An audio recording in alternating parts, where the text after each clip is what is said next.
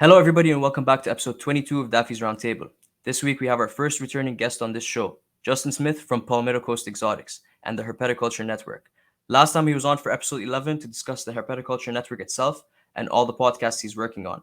This time, we're going to discuss what I'm sure you'll quickly be able to tell is one of Justin's favorite species, the green tree pythons. Before we begin, I'd like to thank this episode's sponsor, Exoterra. They make quality products for our pet reptiles to make them feel at home. Okay, let's learn about Chondros. Everybody, please help me welcome Justin Smith of Palmettocoastexotics.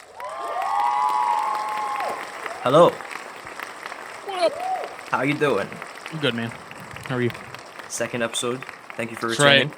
Yeah, man. When you're like, I want to talk green trees, like, of course, I'm always going to be down to talk some I figured chondros. you would be. Yeah, man. They're a super interesting snake, and I know next to nothing about them.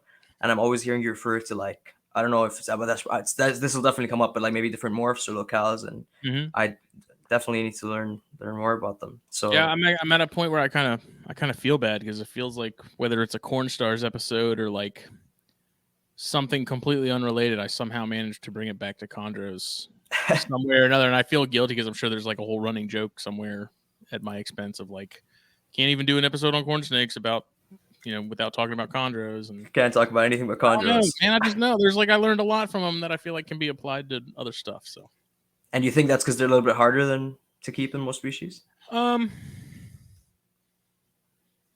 not necessarily. I think it's just you see more.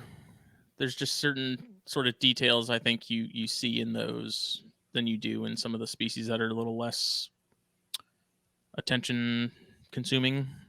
If that makes any sense. Yeah, no, yeah, definitely. You- Yeah, you don't need that.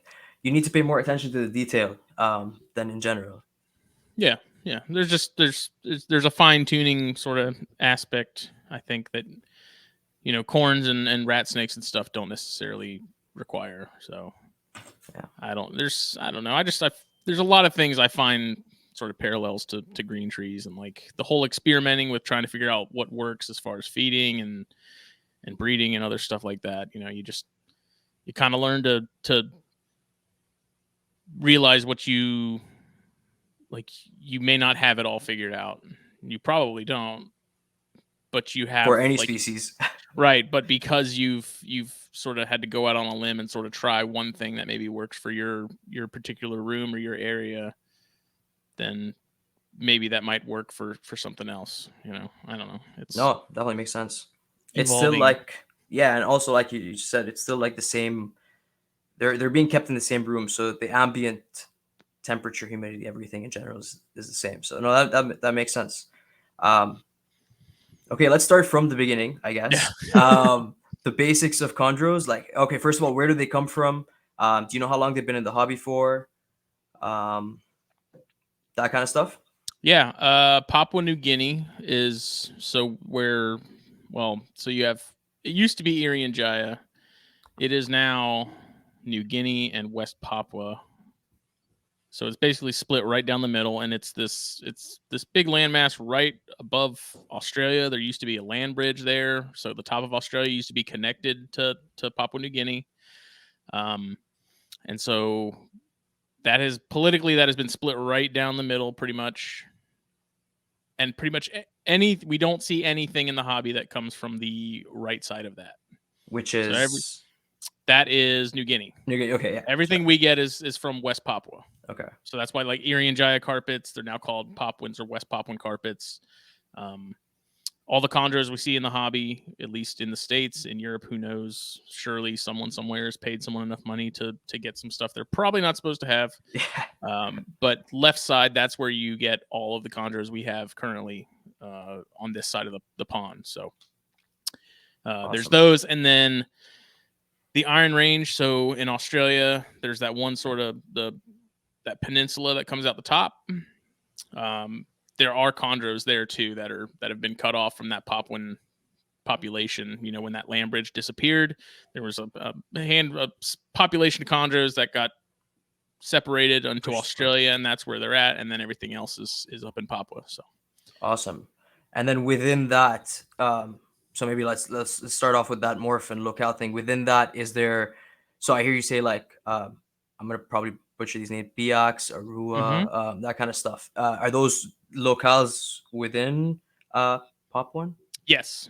Okay. Yes. So, well, as of within the last, I don't know, 3 years, Daniel Natush went out and did just a massive study of chondros on Papua, and it turns out, and it's something that a lot of us in the hobby, even before I got into chondros, everyone kind of suspected it was the case, but it turns out there's at least right now he only recognizes 4 subspecies.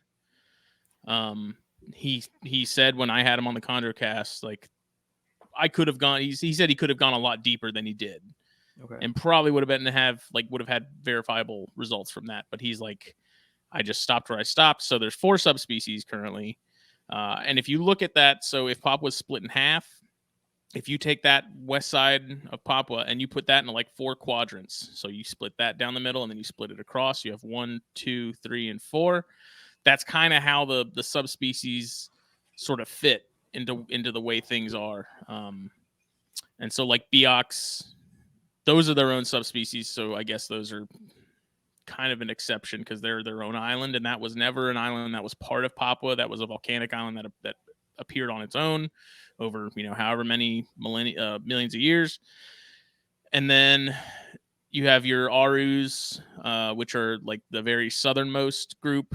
That's an island itself at the sort of at the opposite end, if you're looking at a map. Those are, I believe, those remain Morelia viridis. Biox are Morelia viridis azurea. I don't Are know they why more I'm blue? blanking on this. Not necessarily. That's kind of the odd thing, is they're not. Okay. I mean, there are some that I have that have sort of a bluish hue to some parts of like the face and the belly and stuff, but as far as like bluish, not really. Okay. I believe to the top right quadrant, that is Morelia viridis uterensis. And then the bottom portion, I'm gonna look it up. Yeah, I could also do that on or pull up. I had the paper somewhere. That's very interesting. Yeah, I asked about if the Biox were the more blue because of Azurus from Dart Frogs. Right, It right. could have And nothing to do with it. I was just that's what you would think, but yeah. Small population in Australia. Are there different subspecies as well? no, those are still considered viridis. So those are Viridis. still considered in the same sort of clade as the Arus are. Okay. Let's see. So it's viridis, and then it's Morelia. Okay, so it's Morelia viridis, Morelia azurea, which is Biox, Morelia azurea uterensis, and then Morelia azurea pulcher.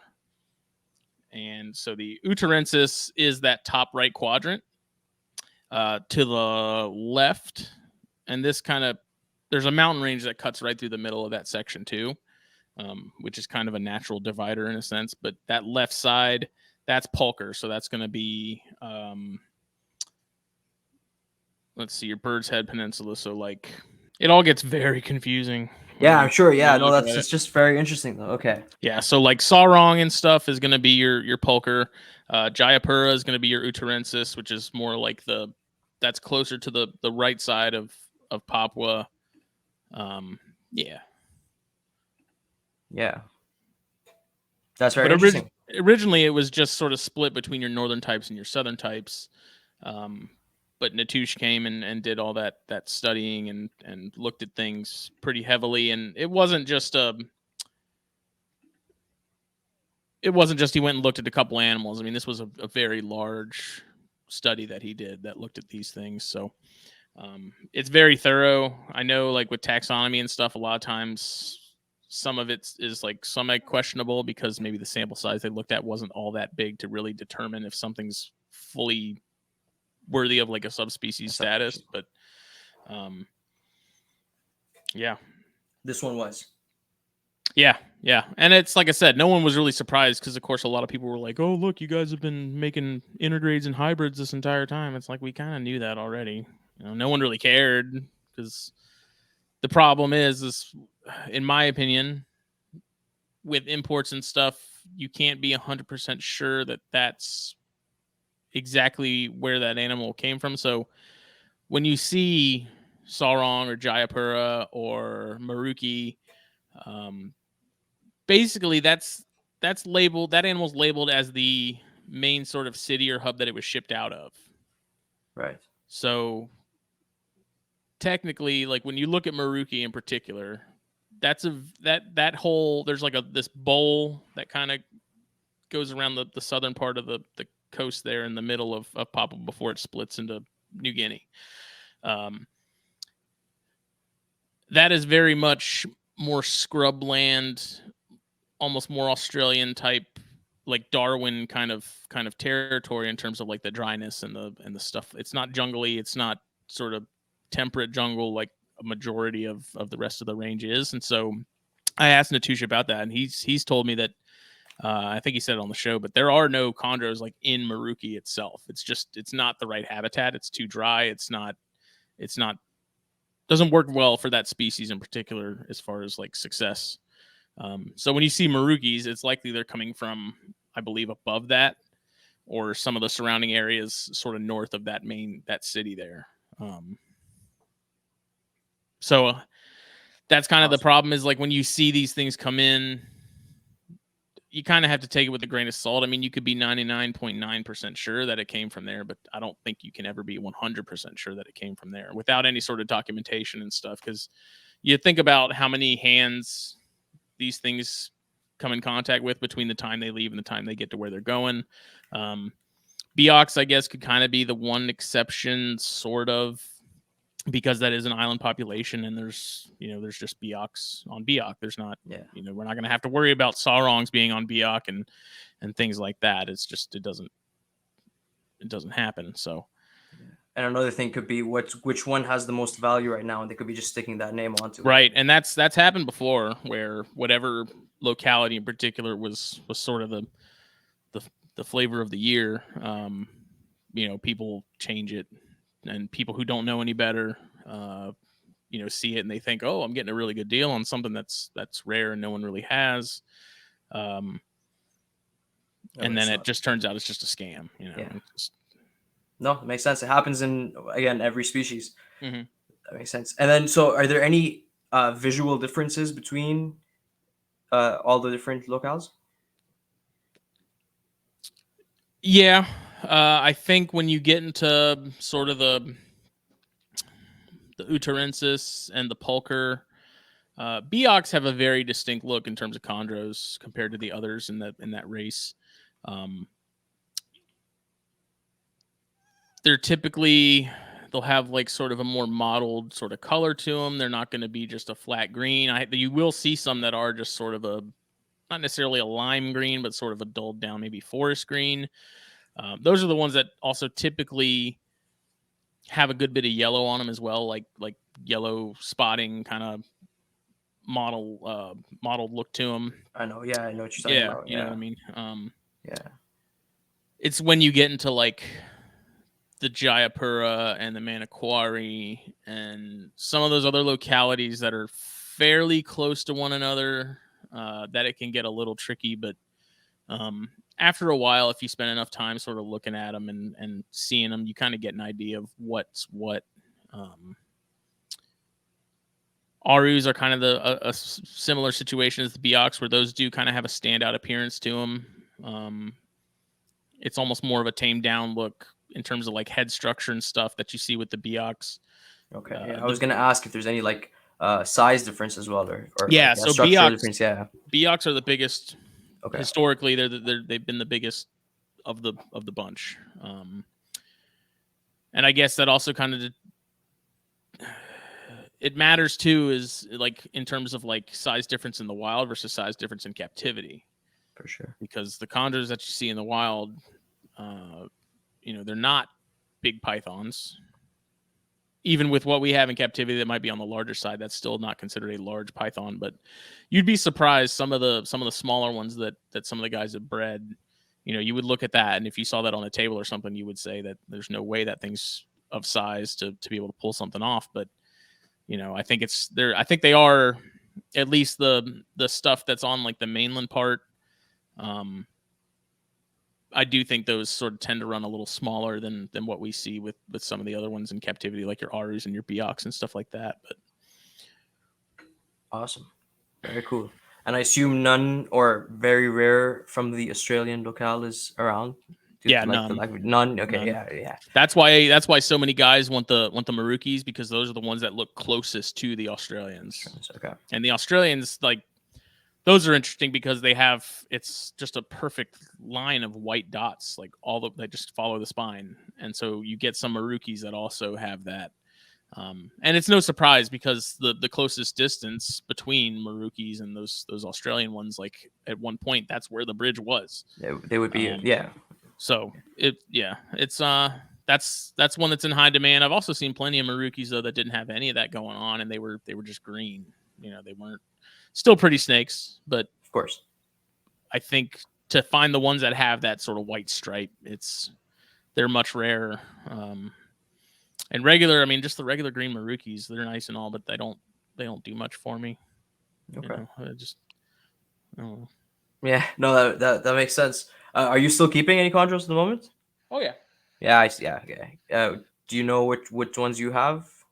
Beox, I think. I have some Beox, so I've got kind of most of what I have right now are Beox, and pretty much all of them are males. Go figure. I think this was the problem with the last time you were on here as well. Yeah. So I had still no female. I produced one clutch back in 2019. It was 2 Beox type animals. I have no background information, so I call them Beox types. Typically, if you see type with the locality, that's kind of the unsure version. Yeah, that's like, this is what it looks like, but I can't 100% say that this is what it is. Yeah. Like mom definitely had sort of the Beox sort of phenotype and size to her, and dad is sort of he's the one that maybe I wondered if he was some sort of outcross or something, because he had kind of a lot going on. But I also got him as an adult, and he was definitely an import. And Beox typically have the personalities of that Chondros get, the stereotypical bitey, just nasty tempered, not very pleasant to be around. And some people say that the stereotypical attitude isn't really warranted, with Beox in particular. In my experience, it's usually pretty well deserved. The exception being, so I have one holdback from that first clutch, and it's from those 2 Beox, and that snake is completely mellow. Okay. I still have dad, and dad's horrible. He's the worst. I don't spend much time with him. Yeah. And then the other younger male, well, he's not younger now. He's probably coming up on 3 years. He's not bad either. He's just kind of, once you get him out, he's okay. But it's that initial sort of fight of getting him out that can be kind of troublesome, because they're Morelia. So if you've ever kept carpet pythons before, as soon as you open those doors, like, they're expecting food, like, right off the rip. Yep. Chondros are no different. Like, I slide out those bins in that Cambro rack, and I'm almost always greeted with an open mouth, waiting That's for something. awesome. Or, they'll see me in the room and they'll start caudal luring. So they'll move their tail around like a worm, expecting something to come by and grab it, thinking it's food so they can grab it. Okay. So that's actually one of the questions I had for you. Sorry to scoop you up. So Yeah. not all green tree pythons are, I don't want to use the word aggressive, but very defensive, or like you can't get them to docile and handleable and all that. Yeah, no, I have some that, I have one in particular. I'm fairly certain it's a male. I just posted him on Instagram the other day. Like, he's one of those ones where if I open the tub, he's going for movement, whatever it is. Doesn't matter if it's food or not. He's going to swing at it. But once he's out, like the chillest snake, no problems whatsoever. It's just that initial sort of Morelia feeding response of, like, quick, something's moving, it's food, grab it. Bite first, ask later. Yeah.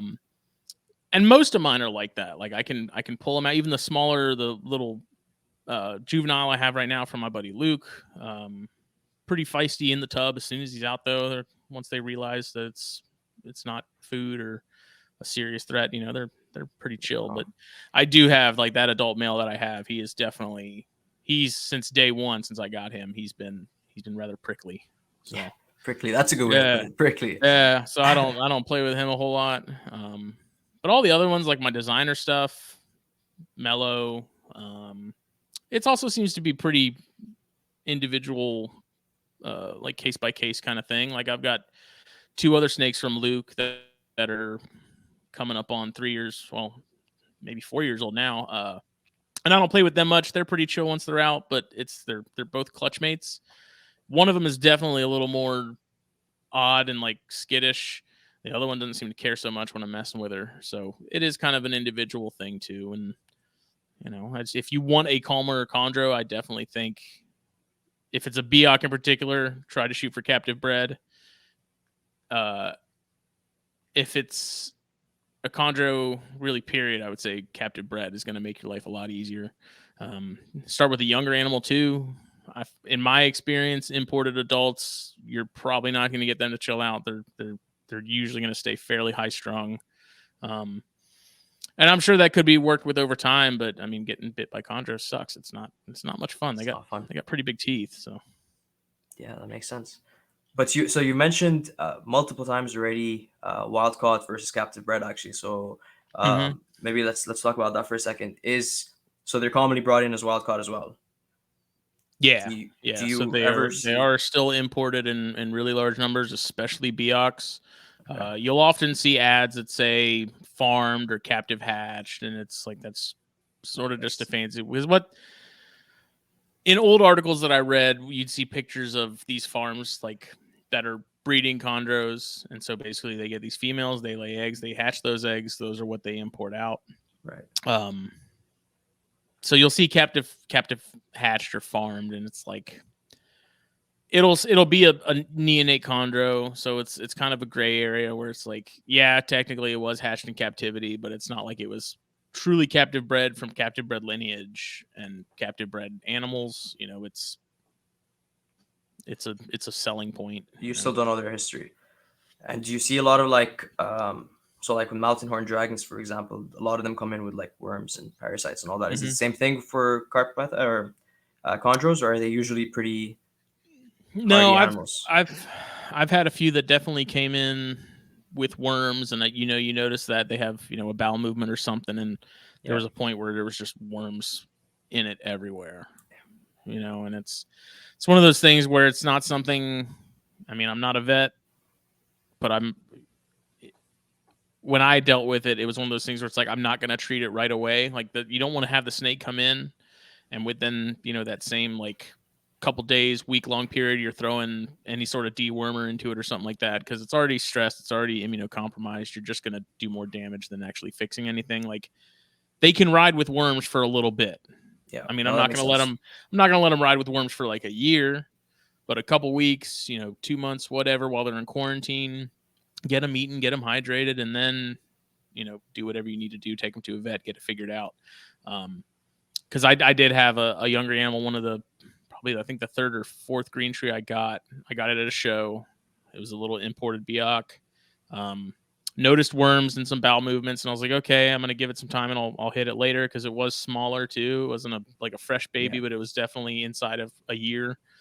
And I let it ride too long, and I ended up losing that animal. But it's one of those things where it's like you're not on some sort of crazy clock where it's like I have to get these gone within 36 hours or this animal's gonna die. It's like they've lived with them for a while. The difference is now they're in captivity. There's a different stress factor there. And there's a risk of spreading it to another collection, to the rest of the collection, and all that. Yeah, that I didn't worry about as much, because if you're being smart as far as not even that, but just like tools you're using, making sure you're disinfecting things and whatnot. It's worms are usually my least worry when it comes to that kind of stuff. Because you think about it, I mean, it's a parasite, and the point of a parasite is not to kill its host. It needs its host to survive and carry on, Right, so it's like if you kill the thing you're using to hitch a ride on, like you don't get very far in the evolutionary sort of standpoint of things. So they can live with them for a while. It's not something I'm going to let them go forever having. Like I will deworm them at some point. It's not just going to be something that I'm going to like rush to do right away. And I find that it's the same with Gonyosoma and Boiga and stuff like that. It's like if you rush to do that, those are already high strung species, especially when they're imported and they're brought in these larger numbers. It's like you just need to give them some time to get settled and eating and hydrated. And they already come in super skinny and super Yeah, stressed, like you yeah, said. That the dewormer could kill them instead of yeah, being yeah. anybody. Yeah, no, 100%. That definitely makes sense. Awesome. So back to colors. I see a lot of people post pictures of their chondros changing colors as they grow. Is this something that always happens, or do you ever get colors like I guess neonates that retain their color till they're adults? That also depends. You're not going to have one that comes out green. Okay. They're Ever. either depending on what locality it is you're dealing with, because you have some that'll have only yellow babies, at least that we know of. Yeah.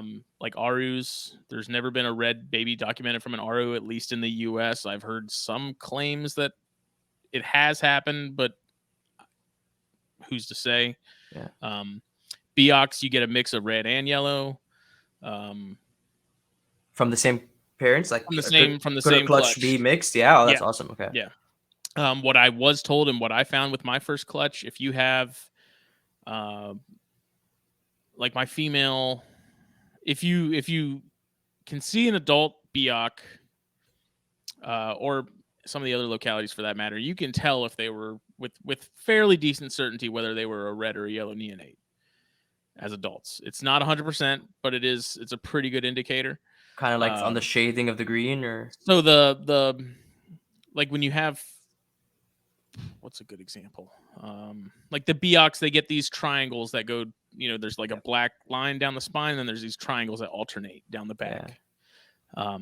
If those triangles are just like the outline of that and it's empty inside, that was likely a red neonate.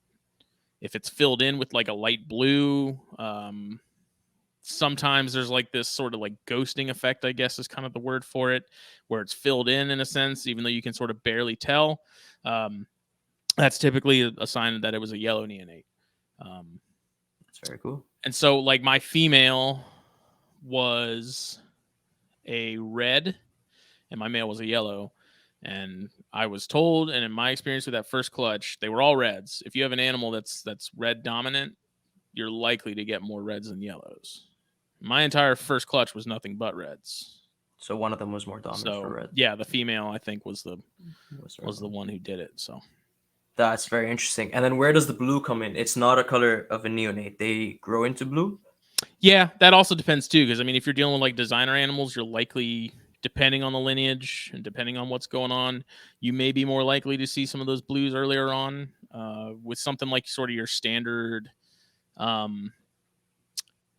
sarongs, maniquaries, stuff that tends to naturally have a little more blue to it. I noticed that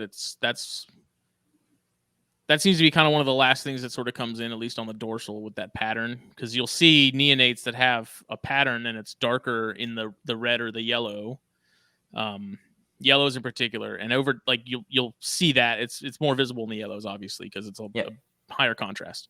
Yeah. You'll see that brown or black pattern eventually turn into like this blue. It's odd, like especially seeing reds go from red to green over time. Yeah.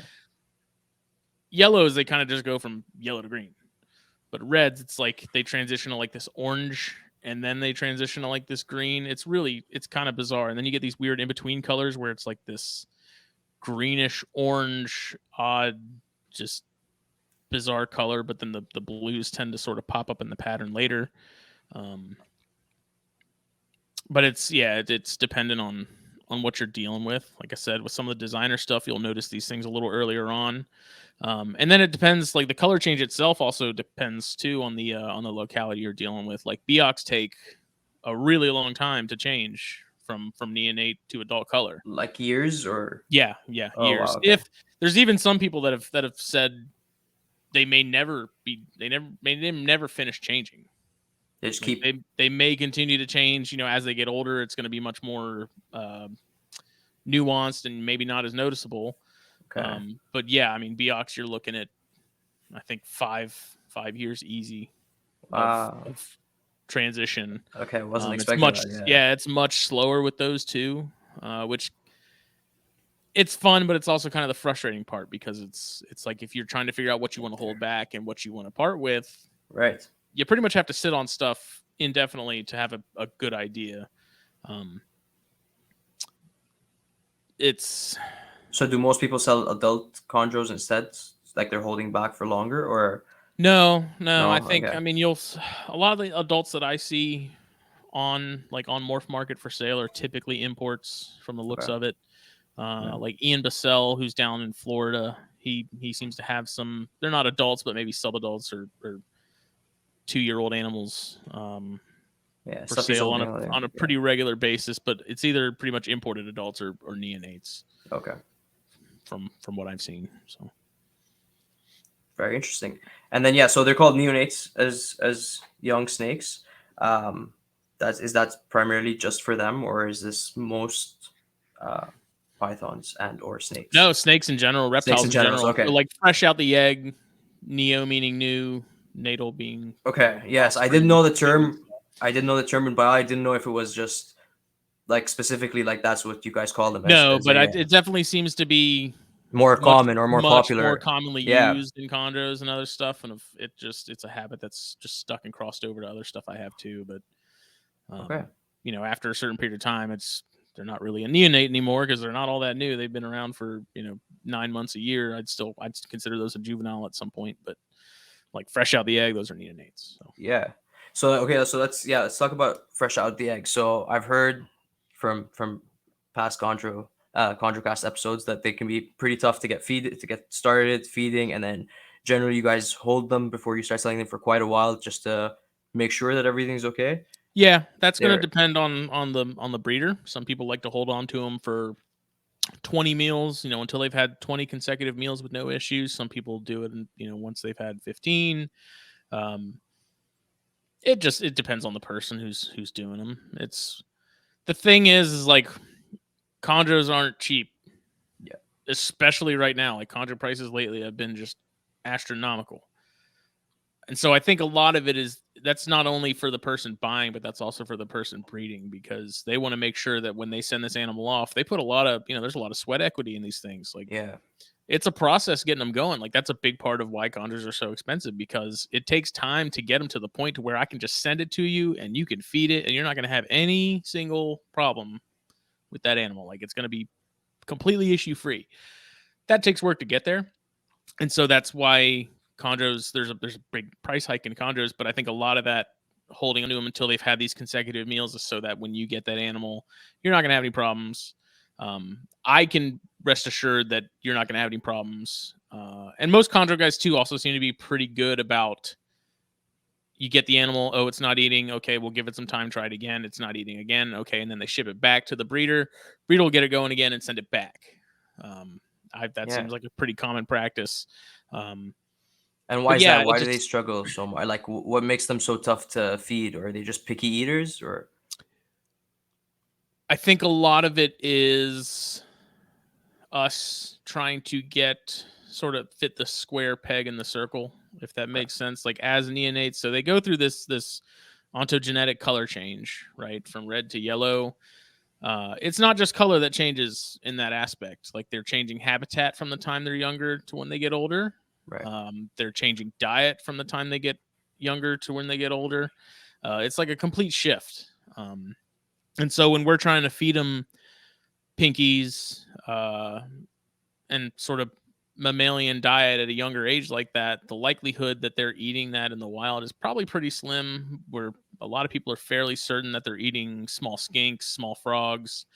There's like one documented case of someone finding one eating a moth, Interesting. which makes sense. I mean, They're tiny.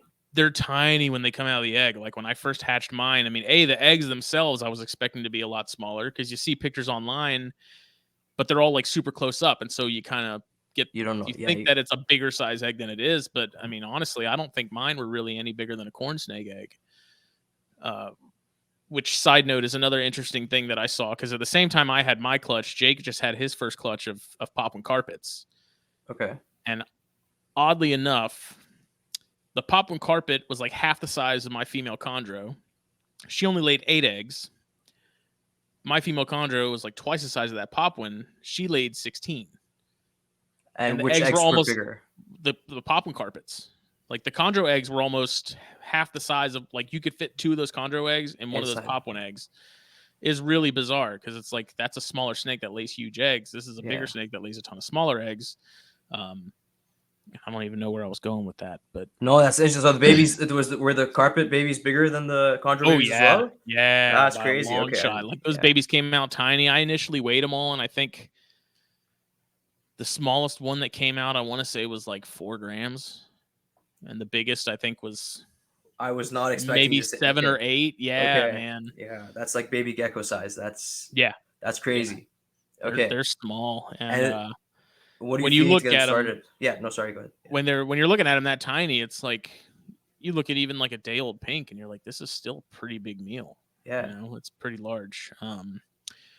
So I initially, when I first hatched mine, I was like, I'm not going to try scenting with anything. I'm going to see what I can get going right off the bat. Yeah, which turned out to be like, I think 2 out of the 8, I think, that hatched. And I kept putting it off, scenting, because for whatever reason, and here's another weird aspect of chondros that just doesn't make sense, is like as babies, they're not eating birds. Even as adults, they're not really eating birds that often. Like that's a big misconception, is that chondros eat a lot of birds. Like the studies they've done, what they do is they hang out in the tree during the day. At night, they go down to the trunk of that tree, wrap themselves around it as an anchor, and they just sit on these little trails where like mice and stuff move around, and they just wait. And if they don't eat, sun comes up, they go back up to the top of that tree, hang out. Next night, same thing until they get a meal. So they're not primarily bird eaters. So they're not primarily bird eaters. I thought they were. Okay, cool. Unlike emerald tree boas, which are kind of those are known to eat more birds, but chondros, yeah, I think the bulk of what, like, it's not that they won't eat birds. It's just the bulk of their diet that they found in specimens in the wild was largely mammalian, like rodent-like stuff they have there, not necessarily rats per se. I forget exactly what species they have, but rat-ish kind of animals. Something squirrels, something hamsters. Right. Yeah, for sure. Yeah. And so for whatever reason, if you put chick down on these pinkies, like you pinch off some of the down off a frozen chick and you make like a little mohawk on the pinky, they go nuts for it. Like when I first tried feeding, none of them would take just straight pinkies. And I was like, I tried braining, I tried, scenting with some other stuff, I think, before I finally just bit the bullet and bought some chicks, frozen chicks. And as soon as I put down on there, I went from like having like, I think 2 of them eat maybe 2 or 3 times on a consistent basis to like every single one of them just nailed it. Like it was almost like the switch had flipped. Like all of a sudden they knew how to eat. Like before it was like, I'm going to strike at it. I think it's something trying to get me. I don't want anything to do with it. It's not food, whatever. You put the down on there though, man, and it was like instantaneous. It was like they had been doing it the entire time. And it's so odd because at that size, they're not eating birds. I mean, maybe if they somehow happen to be in the vicinity of like a small bird nest that's closer to the ground, because when they're babies, they're not up high in trees. They're in like very low-lying shrubbery kind of stuff. But for whatever reason, it works. I was gonna say maybe like grouse or something that's laying their eggs on the floor, or maybe they have kiwi. Who knows? Or something over there, and they're eating birds on the floor. That's very interesting. Or maybe it is like not the down itself, but the feeling of having fuzz or fur rather than just skin. Yeah, I don't know. That is super interesting though. It's just one of those things that on paper it should not make sense, but it works, and it's been proven with plenty of people that have bred them too that just seems to be like the secret. And parakeet down was another one that seemed to work really well. And I was trying to. I went to my local PetSmart and was trying to like raid their parakeet. Like, yeah, I was like, look, like this is gonna be weird, but I literally just need all the fluff and stuff that you have there on the bottom of the cage. Did they give it to you? Every time, dude. My PetSmart was keeping those things meticulously clean. Every time I went there, like I would go there like every 3 days trying to see if there was anything there. Spotless every time. They'd have like 6 parakeets in there. They knew you were coming. They were cleaning them in advance. Either that or it was just slow and they just had time to keep them clean like that. But I was like, this is just frustrating because all my friends were like going to PetSmart and Petco and they're like got a whole Ziploc bag full of down and stuff. And I'm like, what the hell? So. That's very interesting. And then, do you try to feed them anything other than pinkies at that age? I didn't. Within the last couple months, I've started feeding my older animals, and even that one younger one, I offered him frog legs. That's what I was wondering. Okay, yeah, you haven't Um, tried it with any of the I neonates. haven't tried it with neonates. Okay. Whenever I get another clutch, I don't know when that's going to be. All my animals, minus the two older Biak males, I don't know when they're going to be ready. It'll probably be. I was hoping it would be closer to the end of this year that I'd be breeding again, but I think it's probably going to be the end of next year that I'll be doing it. But I'm definitely anxious to try frog legs because there's what I do with the smaller one I have now is I'll just cut off a chunk of the muscle from like the thigh and offer it to him, something that's about the same size as like a pinky or a fuzzy, and he's all about it. You know, almost all the chondros I have, if I offer them frog legs like frozen thawed, they jump on them, which also surprised me. I mean, I have some buddies that were like, I'm not surprised by that at all. You know, it makes sense. And I just like, as adult, like older animals, I didn't expect them to eat it without hesitation like they have. Like Yeah. I've got Well, some I offer to them and they down it. Like must smell good. I guess I don't think Yeah. it does, but Yeah. No. But yeah, man. But you mentioned they were eating like skinks and frogs and stuff like that. So maybe that just it's more natural smell to yeah, them. I guess. yeah. Yeah. Super interesting. So, and then I've heard you discuss on past Chondrocast, since we're talking about feeding and all that, I've heard you discuss assist feeding them at that age. Is that like hmm something you absolutely have to do with every single one, or is it just the really picky ones? And then also, how do you do it? Um, I went out on a limb and did it with the clutch that I had before I got the down. I wasn't so I've tried assist feeding uh, slash force feeding like whole pinkies to multiple species. Not I think I tried it with the chondros and very quickly gave up. I've tried it with other stuff and very quickly gave up. For Yeah. whatever reason, I don't know how guys can fit a whole pinky and get it started into the gullet of some of these snakes. Because every time I've tried it, it was a freaking disaster. It never worked. I could never get it down far enough to where they'd just start eating it on their own. So I'm all about team tails.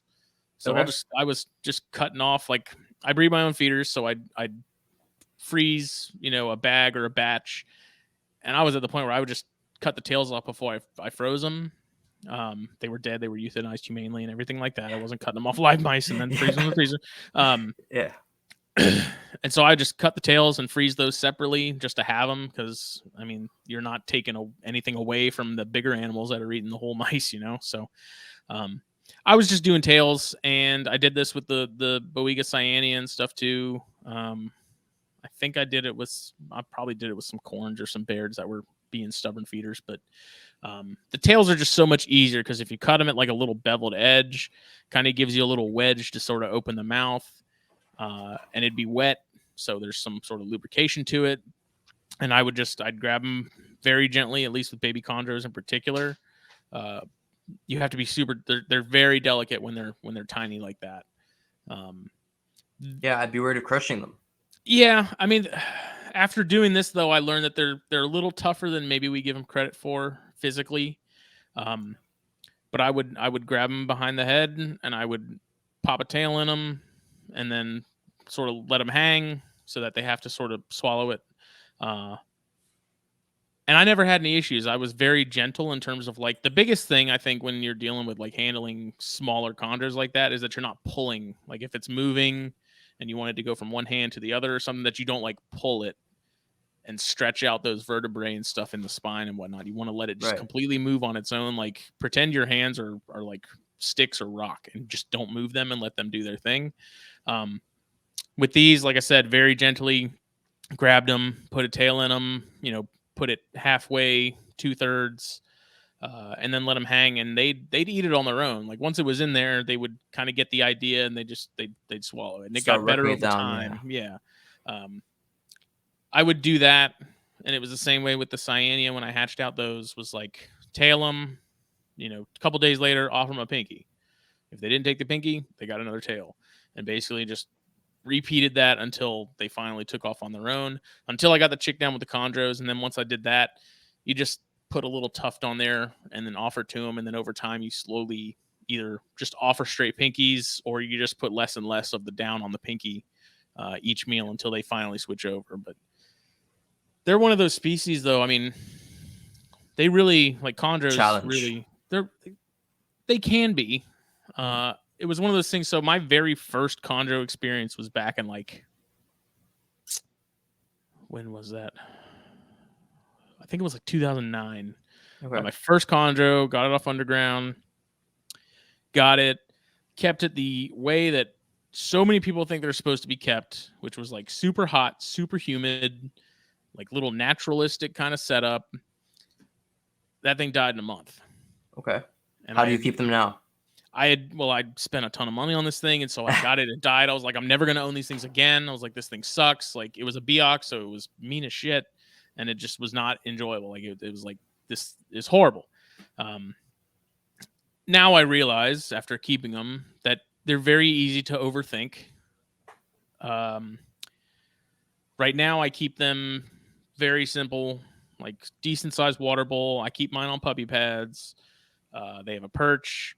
I have some live plants like pothos growing in the water bowl, which I think helps with humidity and sort of airflow and stuff naturally.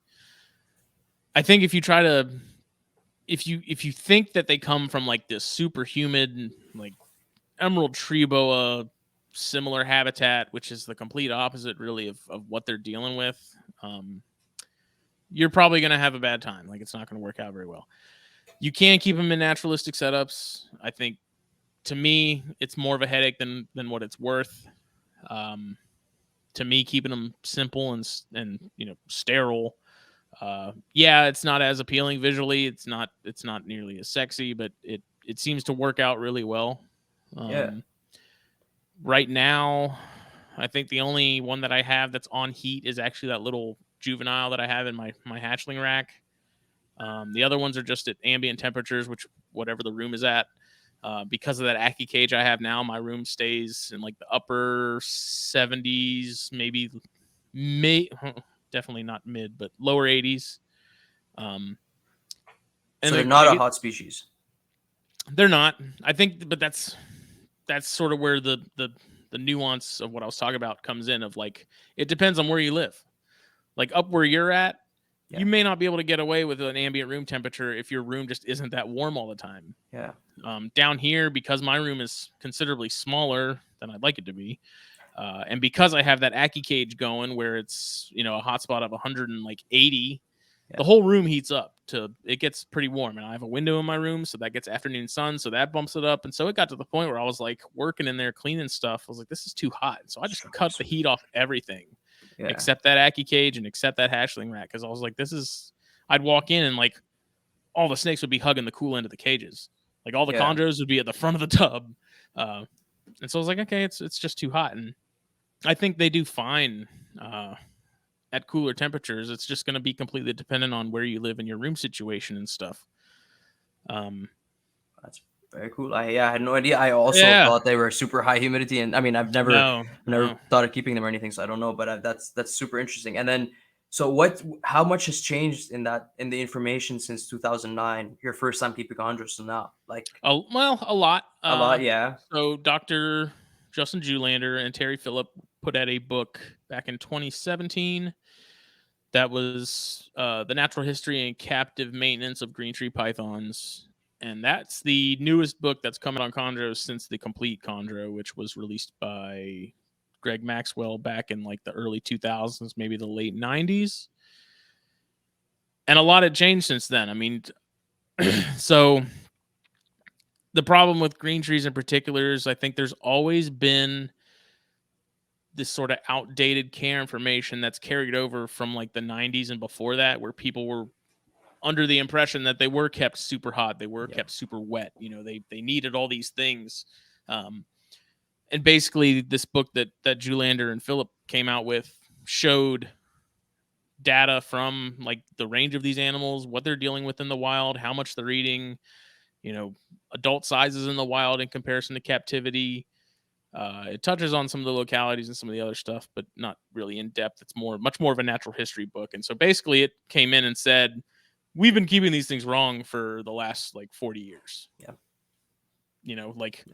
They're not naturally getting really, I think the hottest it might get in some parts of Papua are like maybe the low 90s, but even then that doesn't seem to be a very common occurrence. And then that's probably even not where they're sitting anyway. Right. Well, that's sort of like I have the like I call it operational temperature. Like during the day, chondros aren't moving around; they're sleeping. They're nocturnal. Like Yeah. without a doubt, they are. Lights are off; they're moving. So in the heat of the day, the daytime highs, they're not out and about. They're curled up, hanging out. As soon as that nighttime comes and those temps drop and stuff, that's when they're moving around. So like, I don't even when I have a hot spot on mine, which I don't anymore. I would keep it at like 86 tops. And even then, sometimes I think that would almost be a little too warm. But I'm in the southeast U.S., so heat and humidity is rarely a problem down here. But the basis of that book was like we're keeping them too hot, we're keeping them too wet, and we're feeding them entirely too much. Like we're keeping them too fat. Oh, okay. Do they don't eat half as much in the wild? Yeah, that's it's incredible. Like that's one of the things with chondros that has had me like rethinking almost everything about snakes and how we're keeping them. And a lot of that is like feeding, like how little these things need to be fine, Too to well, live yeah. fine and be okay and be healthy. They found, they've done necropsies on chondros that hadn't eaten in a year, and the fat stores on those things was unreal. Wow. Like they literally don't they run on nothing, Okay. Yeah. And that's always a big debate in terms of chondros. Is like, should you feed mice? Should you feed rats? I'm team mouse. You're Just because I'm a firm believer in like leaner and smaller meals, maybe slightly more consistent, but even then, my feeding schedule with the green trees minus the juvenile has been like, if I can't remember the last time I fed them, they're probably due. Like they don't need a lot. They will literally eat. If you offer them food every day, like they will without a doubt take it. Eat, yeah, okay. I find the the same thing with my carpet. Yeah, exact same thing. Like Yeah. I've fed my holdback Biak, literally gave it like a frog leg or something, and it goes right back to the perch and starts caudal-luring again. It's like I literally just fed you. Like what the hell? Like they will eat every time you give it to them, and it's because they're biologically programmed to never pass up a meal.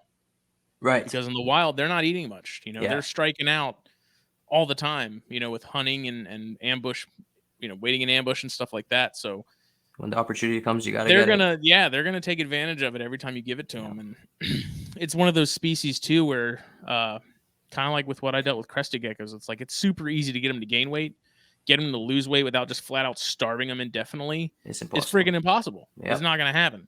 And that's sort of one of the things I was actually talking to my buddy Luke and David Brahms. We were kind of chewing the fat on like diets and stuff like that. And now that I've started feeding frog legs, I'm like, maybe we can curb this like fatty chondro problem by alternating with frog legs, which are pretty much nothing but muscle and bone. There's no fat on them. There's no fat on those things. Yeah. Like alternate so that they're not just getting, these fatty rodents, especially rats, just to kind of help sort of smoothen that curve a little bit so that they're sort of maintaining less than just packing on. But yeah, I mean, they really are some of the easiest snakes to keep. Like they get overthought, like they get cared to death is kind of what I've called it, is like people worry about killing them so much that they end up killing them because they're worried about killing them, And it's one of those things where it's like they're a snake that does great if you kind of just forget they exist. Like if you put them in your room and you just kind of ignore them, they do phenomenally. They thrive on negligence. They do. No, that makes sense. I love them. They're not exciting snakes to keep. If you're looking for something that's active and sort of doing stuff, these ain't it. They are always out, which is nice. Like they're always perched and hanging out. So for display, they're excellent. Species, yeah. It doesn't get much better than that, honestly. Yeah. But in terms of like something that's sort of like more interactive, like a Brettles python or a carpet, they're not exciting snakes. They are fairly boring, but they make up for it in appearance. So yeah, like you said, it's a good thing they're pretty. Yeah. Awesome. Well, I that's pretty much everything I had written up, like questions written up for you. But I have heard you mention caudal luring a few times, so maybe we'll wrap up with that. I've also heard in the past you mentioning something about kink tails if they're handled too young. So does that have anything to do with the fact that they do coddle luring, or is that something like, are they just more prone to having a kink tail?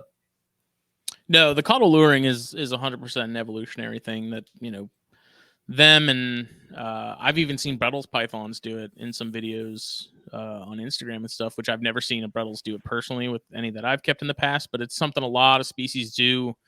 Because a lot of times too, chondro tails, their tail is like usually black, like the tip is black, almost like someone had dipped it in ink. Yeah.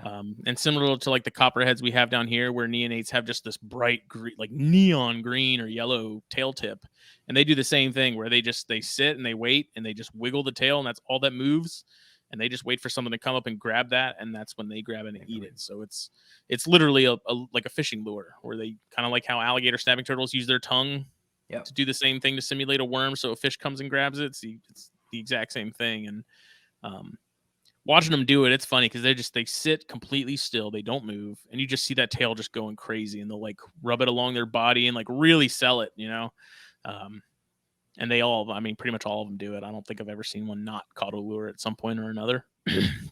It's pretty funny to watch too, because I'll be in the room, and if even, especially when I have like some mice or something warming up in They can smell it. bucket, then you see them all. It's like you look in each tub, and they're all like moving it around. As far as the kinking goes, that's so the sort of the bigger issue there is like when you handle them young, and if you handle them too rough, you won't see kinks right away. That's something that will develop down the road. So you won't realize it's kinked until they get older, and those bones and ligaments and stuff in between have had more time to develop and sort of finalize, if that's what you want to call it. Yeah. I know sort of the general rule is don't handle chondros that are under a year old. Like I said, it can be done. I don't necessarily recommend it. If you do it, just don't put any force on them. Don't pull them. Don't be rough with them. Like literally let them move at their own. Move around you, yeah. Yeah. And that's only if you really have to. Fortunately, because they're arboreal, they do ride a hook pretty well. Getting them off the hook is a different story. That's a little bit more of a pain, but a lot of poking involved, I'm sure. Yeah. You tap their tail kind of like with carpets. They're apt to move. But in terms of so we talked about temperature a little bit too, but like humidity, because that is kind of important with these guys too. Yeah. Or anything else that you can think of that we missed. Yeah, that would be awesome. Yeah. So like I said, down here in the Southeast, humidity is rarely an issue.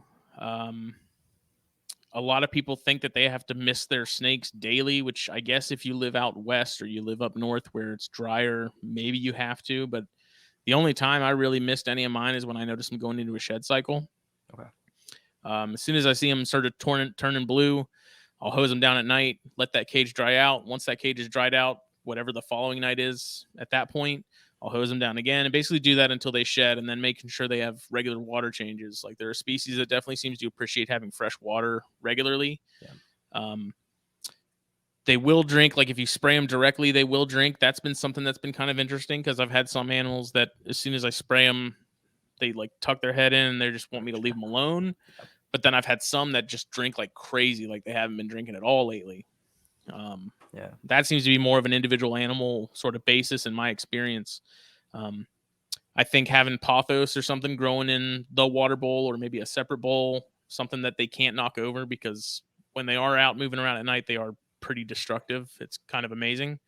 That definitely helps with the ambient humidity in a tub or a cage. Pothos are nice because you can grow them pretty much anywhere with very little effort.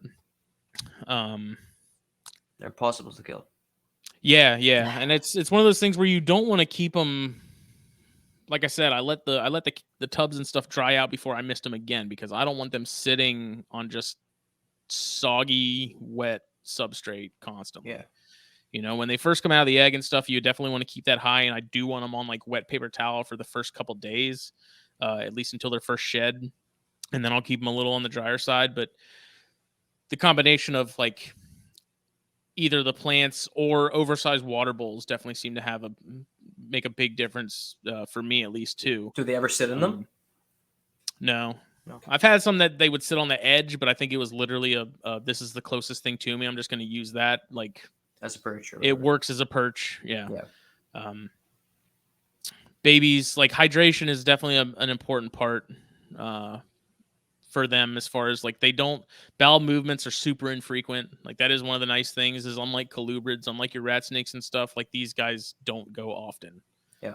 And typically, another little tip and trick, I guess, if you're getting into chondros, is like, if they haven't gone in a while, I'll spray them. Because for whatever reason, we found that if you missed them, or you get them, like, you simulate rainfall, for whatever reason, that tells them, okay, I'm going to go. And there's a couple theories as to why that is. The one that I sort of buy into the most is, like, it simulates rainfall, and because they're ambush predators, it washes away the scent. So the potential prey doesn't know they're there. Interesting. That's that. Okay, I was thinking wash away, like you're just cleaning the tree you're sitting on, but that makes way more sense. No, I think it's a scent thing, and there's been a few times where it's like, I noticed an animal. It's pretty obvious when they have to go. Okay, like, you can tell they start looking pretty sausagey. Yeah. And so if I notice one has to go and they haven't gone in a while, like, I'll spray them, and I'll come back the next morning, and sure enough, like, lo and behold, there it is. It's almost like a magic trick. That seems to help out a lot. And so I don't miss mine daily by any means. I missed them, like I said, if they're going into a shed cycle. I missed them if I think they need to go. Sometimes I'll miss them just if I think maybe they just need some fresh water. Maybe that's what I need to get them to stimulate to drink. But yeah, I mean, they're really not difficult snakes to keep. There was something else you asked earlier that we completely got off, like, derailed on. I derailed it. I don't remember either. I'm trying to think of what it was. I don't know if it had to do with color change or what was it. I don't know. It'll probably come to me as soon as we finish. Yeah. Well, I don't want to derail the derailed thought. But do they ever drink? Like, directly out of the bowl? Yeah. Okay. Yeah. So it's not just if you spray them. Yeah, I notice if I do a water change and I do it sort of later in the day, just before lights out, and I put a new bowl in there, I'll walk in and there will be some that'll just have their face just sitting in it. So half the time, I don't think they're even drinking. I think they kind of just fall asleep that way. But that's another thing I will say is, like, they are smart snakes. They are not, like, they are. You don't worry too much. They're pretty, but they are dumb. Like, they are. Okay. Yeah. They are not in comparison to stuff like my rhino rats and some of the other stuff, where, like, you can tell they're watching you and sort of the gears are turning. There's Chondros, it's kind of like a, hey, I see something moving. I'm going to see if it's food or not. Like, and then I'm going to go back to sleep. Yeah. I've had some that completely missed the mouse on the forceps and grabbed the puppy pad and wrapped it, which is just a pain, because once they're locked onto something and they wrap it, they're pretty strong. I mean, they're not going to give it up easy. It's not going to be one of those things where you can just kind of tap them and get them to let go. Like, I actually think they wrap it harder when you start tapping them, because they think it's alive still. Trying to get away from them. Yeah, it makes sense. Yeah. So, I mean, that's one thing too, that a quick tip is, like, if you're going to feed them with forceps, don't hold it below them. Like, don't put the mouse between them and the floor of the cage, because they are pretty accurate most of the time. But like I've said, I've had on multiple occasions, whether it's a smaller animal or a larger animal, like, they grab the paper towel, they grab the puppy pad, and it's either they've completely missed the mouse or they've grabbed both the mouse and the pad or the substrate. And so if you're going to do it, I typically now try to come at them at the same level or, like, slightly above. Like I said, you open the tub and they're already like, what's that? So yeah, so I offer it to them, directly. Try not to offer it to them beneath them, because they're going to get crap all in their mouth, whether it's particulate substrate or the pad or whatever. It's a pain. And half the time now, like, if it happens, which it doesn't happen often anymore, thankfully, I just give them a few minutes, and I guess they finally figure out that it's not food, and they just let it go. And they do figure out they don't just swallow everything. No, I had one animal that did, when it was small. It was a juvenile for sure. Completely it grabbed I think it was a fuzzy at the time. It grabbed the fuzzy and the paper towel. And I just tore the paper towel so that it would not be like completely attached to the fuzzy, and I was thinking, okay, well, it's going to start eating it. That piece of paper towel will fall off, whatever. I came back in like an hour later and both that piece of paper towel and that fuzzy were gone. It ate the paper towel. Wow. So, okay. Yeah. It's a good thing that they can digest that, I guess. Well, that's... I wasn't... I was... At first, I was like, crap, this snake's going to die. Like, it just ate this. It's not going to be able to pass it. It's not going to digest it. It was a big piece. Yeah. Okay. I think it was like the whole piece itself was like was probably about the size of like 3 quarters. Okay. Like US quarters. Yeah. Yeah. And so I was like, okay, well, I mean, I'm going to see what I can do. And I left it be for a couple of days. I was like, this could go either way. I noticed that lump never went anywhere. Like, it didn't digest it. And so finally, after like, I think about a week or so, it ended up regurging it. Okay. And the snake was fine after that. Like, I gave it, I think, like 2 weeks off of food, maybe longer. And that snake came back fine. Like, I didn't have any issues. It gave that paper towel back, but never had a problem after that. And it's now with Alan Stevens out in California. Never eating paper towels again. Yeah, that was like one of those times where I was like, I'm an idiot. I think it was a live fuzzy or something, because that's what I had at the time. And I put it in there. And of course it saw it and just went crazy and grabbed both the fuzzy and the paper towel and wrapped it. And I was like, okay, well, at first I tried to just pull it out of the coils to try and get it out of there. And that didn't work. And so finally I was just like, okay, I'll rip it so that it's just a piece. And then as it eats, it'll fall down, no problem. And it was gone. It ate it. So I'll have to send you the picture of it. I have it on my phone somewhere. Yeah, that would be. I'd like to see that. Yeah, because I took it and I unfolded because I was curious just how big of a piece it was, and I like unfolded it, and it was still perfectly fine. God. It was pretty big, yeah. And I put it next to like a quarter, and it's a decent sized piece of paper towel. I was sure that snake was done. I was like, this thing's gonna die, but it didn't. It did fine. That's very interesting. Yeah. Do you use the puppy pads for all your snakes, or is it just the chondros? Just the chondros, the rat snakes and stuff. Every time, so with the Bairds and stuff especially, anytime I've kept them on paper towel or puppy pads, they flip their bowl. Like, they flip the water bowl and they turn the cage into a swamp. Yeah. When I keep them on bedding, Aspen is typically what I like to use now. Like, I don't have that problem. They're not flipping the bowls like they were before. I don't know what it was about just being on paper towel or puppy pad. But the really destructive stuff, like the rat snakes, like they're either on cypress mulch or they're on aspen. Stuff in quarantine is going to be on paper towel or puppy pad, depending on the size. For sure. And the puppy pads just work for chondros because they're not hanging out on the puppy pad all the time. Like, at night they're cruising and whatnot, but I'm not worried about them trashing the cage or the tub. Yeah. They do move around a lot, and there was a point where I had like one of the taller deli cups with a pothos growing in it with soil and everything, and I had one chondro in particular that would just continually I had it in one of the cup holders that attaches to the side of the tub via screws from David Brahms and Specialty Enclosure Designs, and it just kept popping that thing out. And so I'd wake up in the morning and that whole cup would be on the floor, dirt everywhere, and so I'd put it back. And then the same thing next night on the floor. And so finally I just took it out. I was like, whatever, dude. It's like, you don't want plants, I won't give you plants. Yeah. I was like, you've revoked your plant privileges. But when I keep them in the water bowl, like every now and then the plants will somehow find their way out of the bowl and I'll just put them back in. But they definitely seem to not destroy things as much if the plants are just growing in the bowl itself. And then it's easier to clean. You just pick it up, throw it out. And that makes and then sense. If they end up going to the bathroom in the water with the plant in there, then I'll take the plant and I'll rinse it off real good, just because if I'm putting clean water in there, I don't want to take gross plant root ball and just put it in clean water, because then I'm pretty much right back where I started. So no, for sure. I'll rinse those off real good and then I'll put it back in. But I also found with plants and doing that, like, start out with a bigger clump of pothos. Like, what I'll do is I'll go to Walmart. They have decent sized pothos planted for like $10. I'll get that and I'll actually split it up into like 4 sections. So I'll take the plant out, and then I have like 4 nice sized bundles of pothos with roots and everything. I rinse off those roots. Ideally, you want to probably give it about a month planted in either organic soil that doesn't have any fertilizers or anything, or just in water. Yeah, something to just to get the fertilizers and Yeah. stuff off.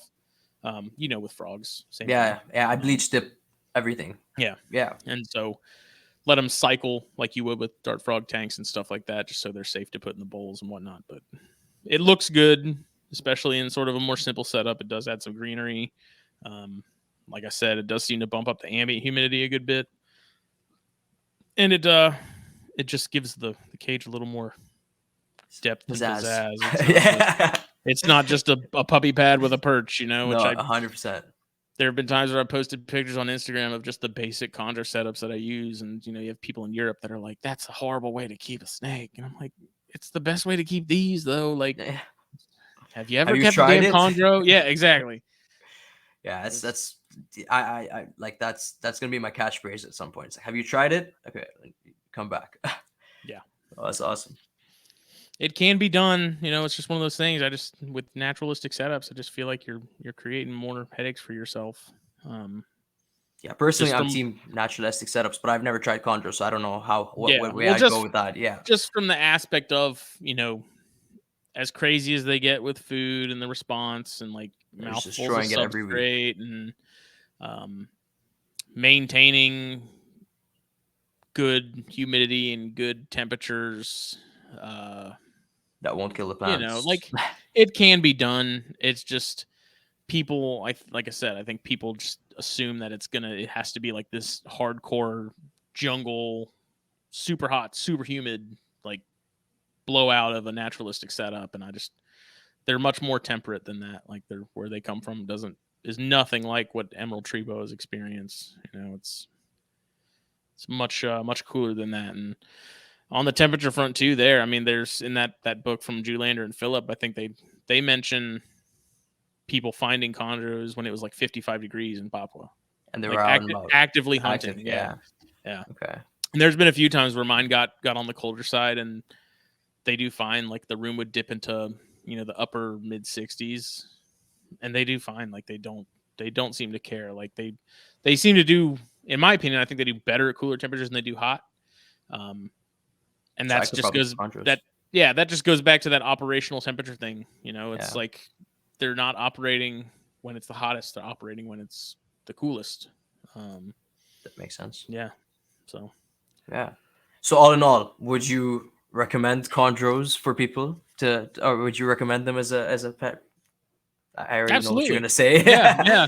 It's one of those things. Would I recommend them as a first snake? Probably not. It can be done. My buddy Luke, who has a handful of Chondros now, his first snake was a Chondro, and he's done phenomenal with them. It's making sure you're obviously doing your research. That's kind of a given, but ask around. A lot of people that are keeping Chondros on like a serious level, everyone kind of does it the same way. There's just mild variations to how maybe they're doing it, and that's going to be dependent on where they live in the country. But that book from Julander and Phillip, you can get on Amazon, I think still. I 100% is one of my favorite books. It's worth every penny. You could get the Maxwell book too. So there was sort of this debate at one point about should I get the Maxwell book or should I get the Julander Phillip book? And my answer was like, just get both, because there's still relevant information in the Maxwell book. For sure. I just consider the Julander and Phillip one sort of the updated version that's much more in line with how they should be kept in captivity. And that whole book sort of changed my outlook on how we keep things in general. Like natural history, I'm a firm believer of like, screw a care sheet, go look up a scientific paper on how people are finding these things in the wild, and like, what are they finding that they're eating in the gut content? Like, what are they doing? How much rainfall are they getting in their natural habitat? Their range, what's the weather patterns looking like in their range, and like, do your best to sort of accommodate to that. Care sheets are fine and all, but they're entirely too basic, I think, to fully get the job done. I think if you look at things like natural history, it's going to make your life a lot easier because you're much more in tune with what's actually happening, what they're physiologically built to do. I absolutely agree. That's how I go about doing things as well. And there's actually the book. Speaking of books, there's actually the book you posted on the review on the Herpetoculture Network the other day that I'm looking to pick up. That it sounds like it's going to be an interesting read. Which one was that?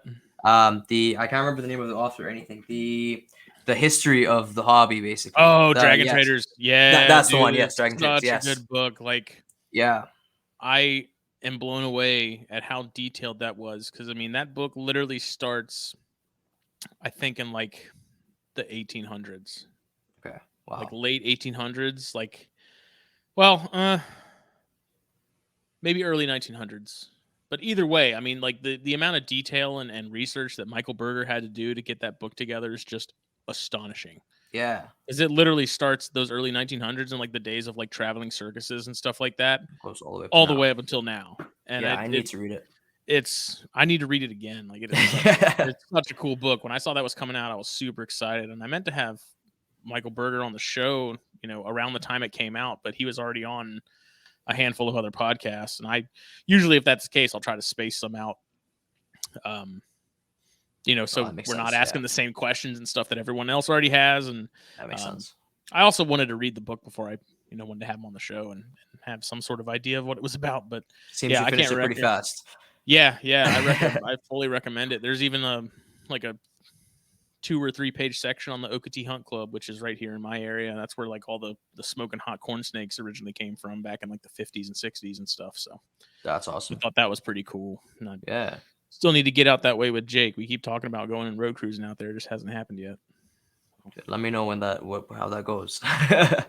If it Yeah. ever happens. Yeah, no, that I bet you see some pretty cool stuff down there. South Carolina's got the best corn snakes in the world, man. No one can change my mind on that, especially the ones here And on that's the why you live coast. there. That's right. Awesome. Okay, well, Smitty, Justin, thank you very much for coming on, man. Can you let everybody know where you can find you? Yep, Palmetto Coast Exotics on Instagram and Facebook.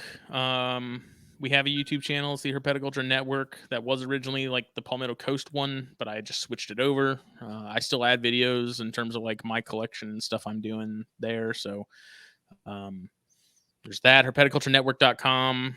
I've been trying to add some articles to that slowly but surely. Herpetoculture Network podcast. So Chondrocast, Corn Stars, the Herpetoculture podcast, Snakes and Stogies, Lizard Brain Radio, all that good stuff. Anywhere podcasts are found. And A man I of think many, that's many it. talents. Yeah. No, that's awesome. And I'll have all of those, every single one of them in the show notes. Go check out all those podcasts. I've binged them all at this point, so they're all incredible. Yeah, thank you very much for coming on, man. I Yeah, really man. do appreciate it. And I And apologize to anybody listening if I completely butchered locality stuff in the beginning and scientific names and whatnot. I know it's the internet. A lot of people like to nitpick over a lot of stupid small stuff, but it is what it is. I personally wouldn't know if you did, so you're good. No, that's awesome. Yeah, I pronunciate. Well, are you main pronunciations or just general information? A little bit of both. Yeah. Okay. Yeah. I butcher both all the time as well. Sweet. I'm Daffy's Reptiles on all social media platforms. Daffy's Roundtable for the Yeah, man. podcast again on all streaming platforms. We'll see you on the next one. Thanks, guys. Thank you.